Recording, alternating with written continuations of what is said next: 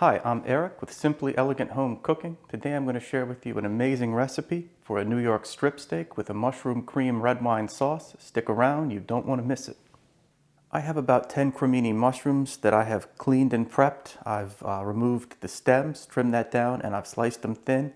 I also have 2 small shallots I've diced up. I like to cook the mushrooms most of the way before I put the sauce together. So I'm going to start by adding about a tablespoon or 2 of butter to a pan heating on medium heat. Just want to swirl that around a little bit. And once that's started to melt, we can add the mushrooms.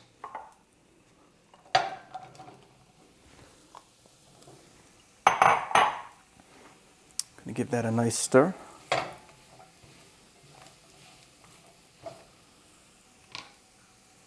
Now we can add the shallots. I'm just going to stir again to incorporate everything. And once everything's sizzling away, I'm just going to add a little bit of salt, a little bit of black pepper,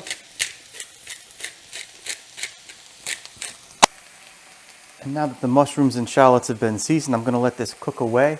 We want to cook them until the majority of the moisture has been evaporated. And here's how everything will look once the mushrooms have been cooked most of the way through. You'll notice that they have reduced in volume. So what I'm going to do, I'm going to take this off the heat and we can begin prepping the steak. I have a New York strip steak that I've let sit out for a full hour and a half. That's very important. You want it to come up to room temperature before you cook it. And what I'm going to do, I'm going to add some kosher salt.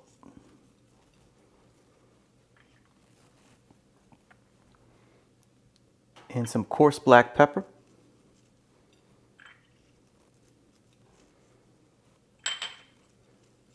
You want to add that on and then just use your hands to evenly incorporate it all. I've already done the other side, so you just want to flip it around and hit the sides real well. This is ready to go. And at this point you want to use a cast iron skillet. And I'm going to turn that on to medium-high heat. You want to make sure this comes up to full temperature and is really, really hot before we put the steak on. So at this point we're ready to go. I can see some smoke coming off the pan.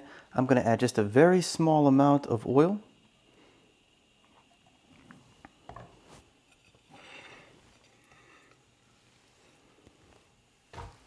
And lay the steak in.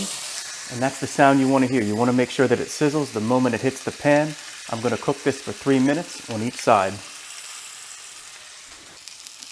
As the steak cooks, I should mention, you don't want to flip the steak around. You don't want to play with it as it cooks. You want to let it sit there and sear without touching it at all for 3 minutes.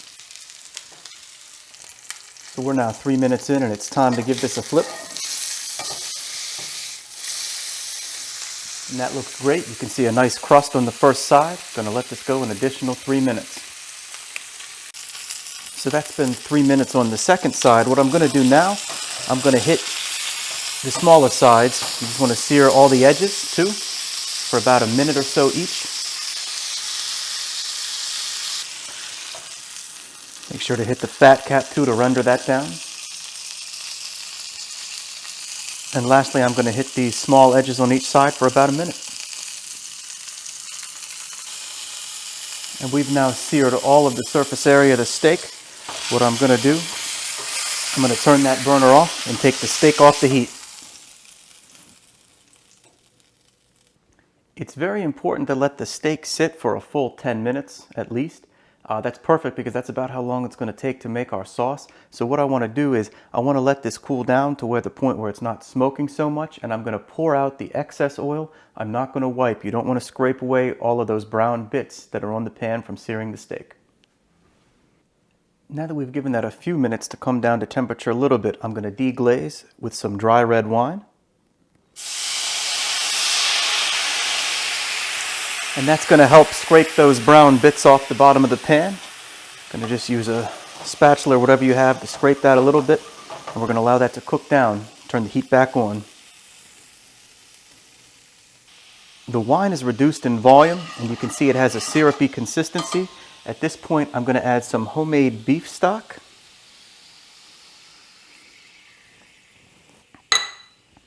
Give this a nice stir to incorporate everything together.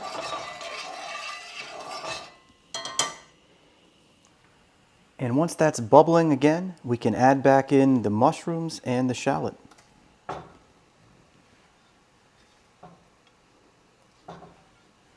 And then you just want to give everything a good stir and let it incorporate, let those flavors blend together. And we're going to let this reduce just a little bit longer. As that cooks down, you want to also add in the drippings from your steak that's been sitting out. A lot of flavor there, you don't want to waste any of that.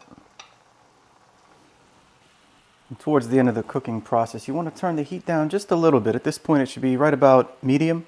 And I'm going to add a little bit of heavy cream. This is going to help thicken the sauce, also help to balance it out. And give that a good stir. And we just want to let this cook for a few more moments until it's thickened up. And now the sauce is thickened up quite a bit. At this point, you want to turn the heat completely off.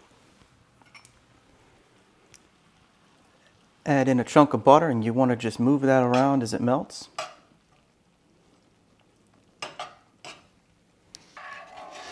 And after just about a minute, that's fully emulsified and mixed in. You can see we have a great consistency. At this point, we will just hit it with any finishing touches. I'm going to go with some finely minced rosemary. You can use any fresh herb that you like. You can taste for salt and pepper, but you usually won't need it because we left the pan drippings in. So I'm going to just give this a final stir, and we are about ready to plate everything up. And now the moment of truth, we're going to see how everything turned out.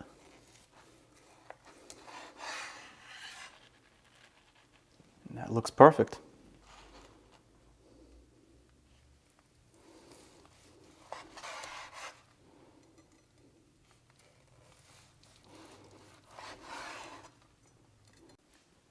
And once everything's plated up, we can just go on with a little bit of the sauce over top.